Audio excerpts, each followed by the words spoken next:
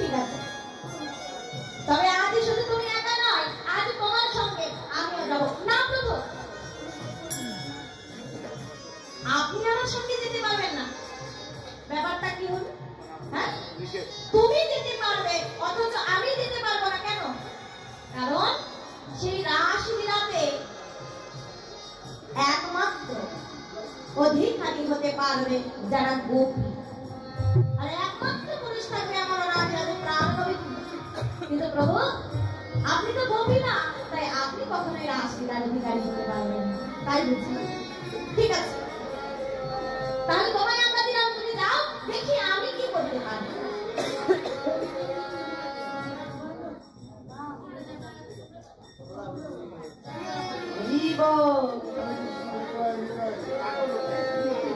কি বলেছে?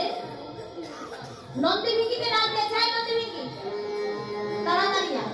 ওটা কি করতে হবে প্রভু? বলছে তোর মায়ের আঁচলে একটু সিদ্ধি বাটা লাগিয়ে দিতে হবে। প্রভু প্রভু, সিদ্ধি বাটা তো জানতাম আপনি খান, কিন্তু মাও কি এখন মা কেন সিদ্ধি বাটা খেতে যাবে? তাহলে সিদ্ধি বাটা দিয়ে লাগিয়ে দিতে বলছি, যা বলছি তাই তো। বাবা, পিতার আজ্ঞা, পুত্রকে আর ফেলতে পারে? যোগমায়ার আঁচলে দিয়ে সিদ্ধি বাটাখানা লাগিয়ে দিয়েছে, আর সিদ্ধি বাটার গন্ধটা এতই প্রখর, যেই পথে সিদ্ধি বাটা নিয়ে যাওয়া হবে মিনিমাম 1 ঘন্টা, 1 ঘন্টা সেই পথে সিদ্ধি বাটার গন্ধটা থেকে যাবে। ওই দিন যেই আঁচলে সিদ্ধি বাটাটা লাগিয়ে দিয়েছে, সেই শাড়িখানা পরিধান করে যোগমায়া আমার চলে যাচ্ছেন বৃন্দাবনের ভুবন। বলিলে জেনে যে যায়, বলি জেনে যে যায়,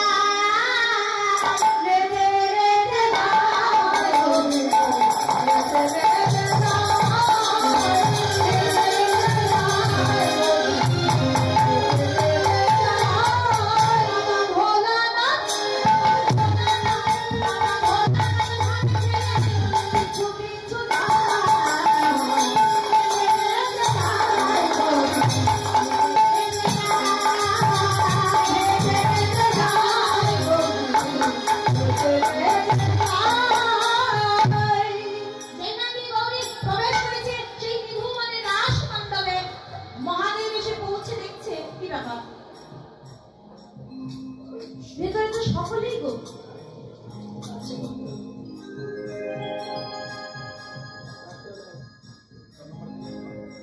এই গোপীর মধ্যে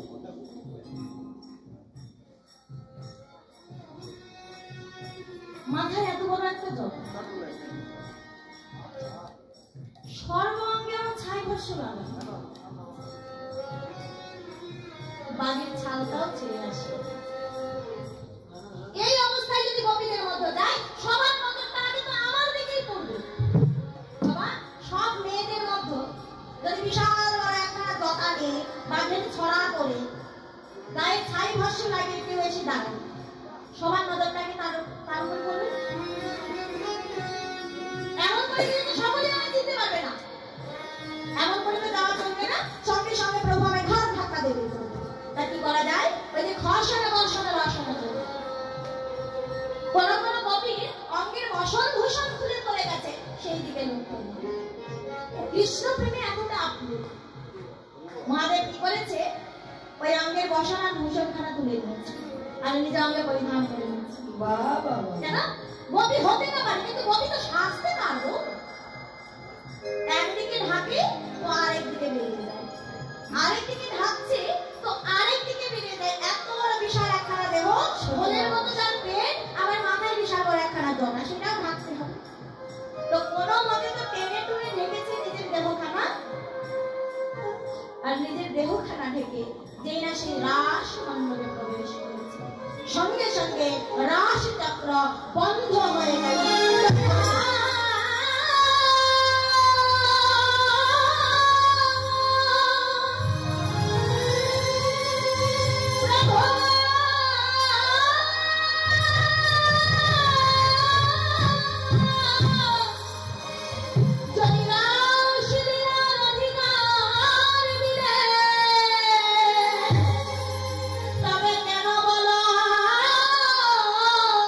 আবার এই রাসলীলার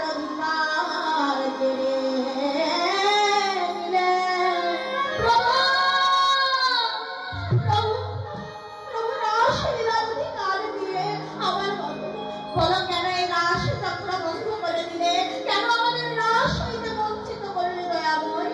গোপীগণ, গোপীগণ, এই রাস চক্র আমি বন্ধ করি নাই প্রভু। তুমি না চাইলে বৃক্ষের একটি পাতা পর্যন্ত নামে না, সেখানে তুমি না চাইলে রাস চক্র কি করে বন্ধ হয় দয়াময়?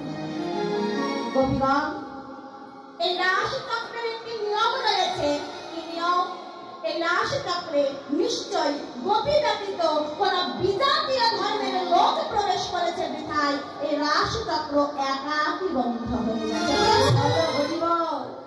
প্রভু, তবে এখন উপায়, আমরা কি রাস লীলার অধিকারী হতে পারবো না? গোপীগণ, আমি থাকতে তোমাদের চিন্তা নেই। আমি সকল গোপীদের পরীক্ষা করব, আর যাকে দেব গোপী ব্যতীত বিজাতীয় ধর্মের লোক, আমি সঙ্গে সঙ্গে তাকে অভিশাপ করব।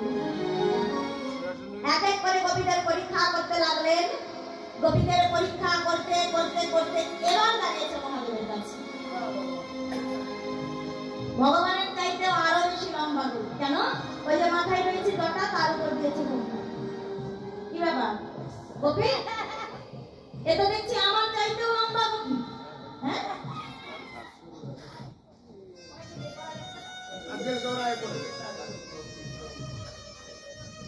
তো কি বলছে? এই এত বড় বিশাল ঘোমটাটা কেন দিয়ে রেখেছে? দেখো না, এখানে তো গোপী আছে, কেউ কি ঘোমটা দিয়ে রেখেছে? আর সবার কাছে ঘোমটা দেবে, কিন্তু পরম পুরুষের কাছে কি ঘোমটা দেওয়ার কোনো প্রয়োজন আছে? হ্যাঁ, দেখি দেখি ঘোমটাটা সরাও তো। যতবার ঘোমটা সরাতে যায় মহাদেব তো ভাবছে ঘোমটা সরাতে সর্বনাশ। একবার ঘোমটা সরিয়ে দিলে সর্বনাশ। মহাদেব ততবার কিছু মানে সরিয়ে দেয়। কি ব্যাপার? এই যে গোপী, কিছু মানে হেঁটে যাচ্ছ কেন? দেখি ঘোমটাখানা সরাও। আর তোমার নামটা বলো তো তাড়াতাড়ি। তোমার নামটা? শ্বেত গোপী। শ্বেত গোপী? বৃন্দাবনে এত গোপীর নাম শুনেছি। রাধারানী, ললিতা, বিশাখা, চম্পকলতা, ইন্দুলেখা, তঙ্গুবিদ্যা, রঙ্গদেবী, সুদেবী, চিত্রাঙ্গনা, শ্যামলা, বিমলা, অমলা, মঙ্গলা, জগমায়া, ভাগবতী, কত শুনে, কিন্তু শ্বেত গোপী বলে তো কাউকে চিনি না। এই এই তুমি এসেছো কোথায় থেকে বলো তো? বাড়ি থেকে। আরে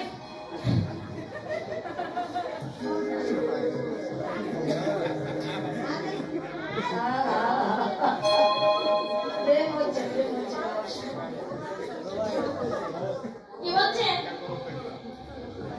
বাড়ি থেকে তো সবাই এসেছে। হ্যাঁ, তাহলে তোমার বাড়িটা কোথায় সেটা তো বলো। হ্যাঁ,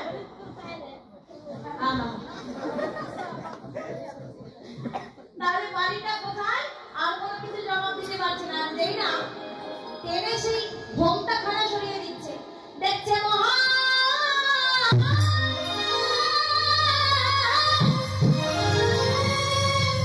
তুমি কি জানো এই রাস চক্রে গোপী ব্যতীত বিজাতীয় ধর্মের লোক প্রবেশ নিষেধ। যেখানে বলা হয় বৈষ্ণব বানাতে খাওয়া সম্ভব, তুমি সেই বৈষ্ণবের শিরোমণি হয়ে এমন একটি পাপ কাজ, এমন একটি অপরাধমূলক কাজ করতে পারলে মহাদেব,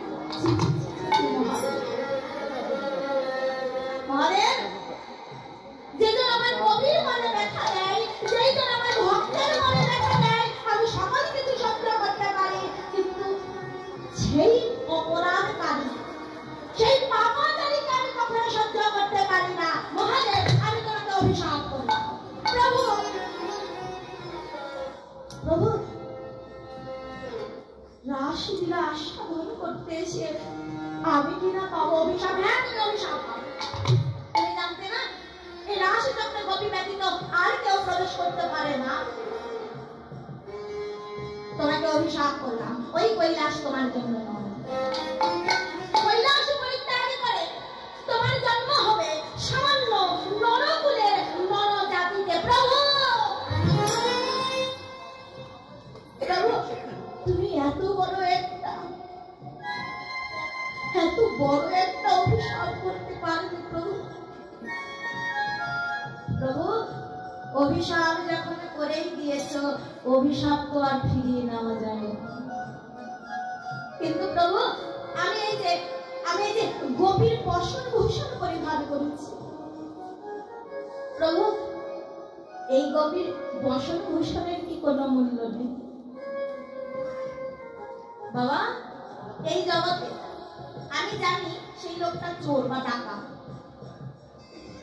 কিন্তু হঠাৎ যদি দেখেন সেই চোর বা ডাকাত সাধুর বেশ পরিধান করেছে, আচ্ছা সমাজের মানুষ কি করবে? কটাক্ষ করবে। হ্যাঁ, কালকেই চুরি করে এসে সকালে আবার সাধু সেজেছে, ভণ্ডাম বলবেন।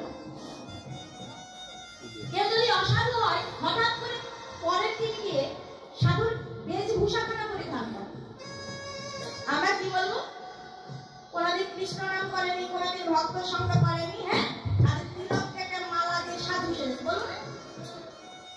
কিন্তু ভক্তি শাস্ত্রে বলছে তুমি যদি জানো সে চোর, তুমি যদি জানো সে ডাকাত, তুমি যদি জানো সে অসাধু, তারপরেও যদি দেখো সে সাধুর বেশখানা পরিধান করেছে, তাকে নয়, তুমি প্রণাম করো, তাকে বলছে সাধুর বেশভূষা। ভগবান বলছে তুমি গোপী নয়, কিন্তু গোপীর বেশভূষাটা পরিধান করেছো। তাই বাবা তুমি কি চাও আমার কাছে? তুমি যা চাইবে আমি তোমাকে তাই দেবো। মহাদেব বলল প্রভু যদি দিতেই হয় এই দাও। এই জন্মে তোমার রাসলীলা উপভোগ করতে এসে, আস্বাদন করতে এসে আমি পারলাম। তুমি আমায় নরকুলে পাঠাও বা পশু কুলে পাঠাও, যে জাতিতে পাঠাও না কেন, যে কুলে পাঠাও না কেন, সেই দিনে প্রভু, সেই দিনে গিয়ে আমি যেন তোমার এই রাসলীলার অধিকারী খানা হতে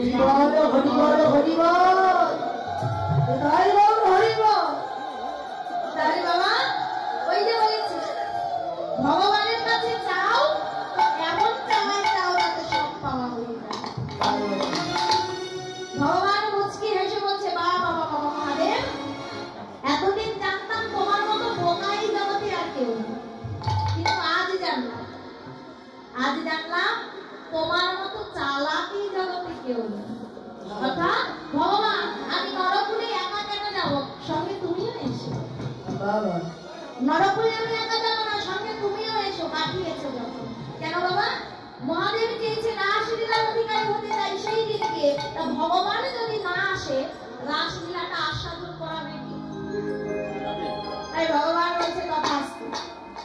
তোমার 72 বছর বয়সে ভক্তি চন্দন মিশিয়ে মনটাকে তুলসী পত্র করে দুপুরটা নয়নের গঙ্গা জলে তুমি যেদিন আকুল প্রাণে আমায় ডাকবে, সেই দিন আমি সতী সিন্ধু ভেদ করে নদীয়াতে অবতীর্ণ হয়ে, যেই দিন আমার হবে 23 বছর বয়স, তোমার হবে 95 বছর বয়স, সেই দিন নদীয়ার মাঝে আমি রাস লীলাখানা সকল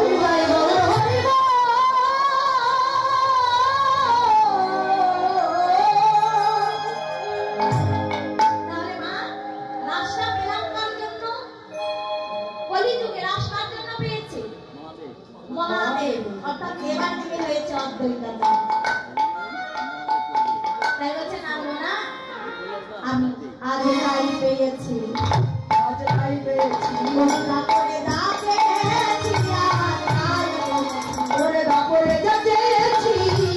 আজ তাই পেয়েছি। বাসুদেব বাসুদেব ঘোষ পায়ে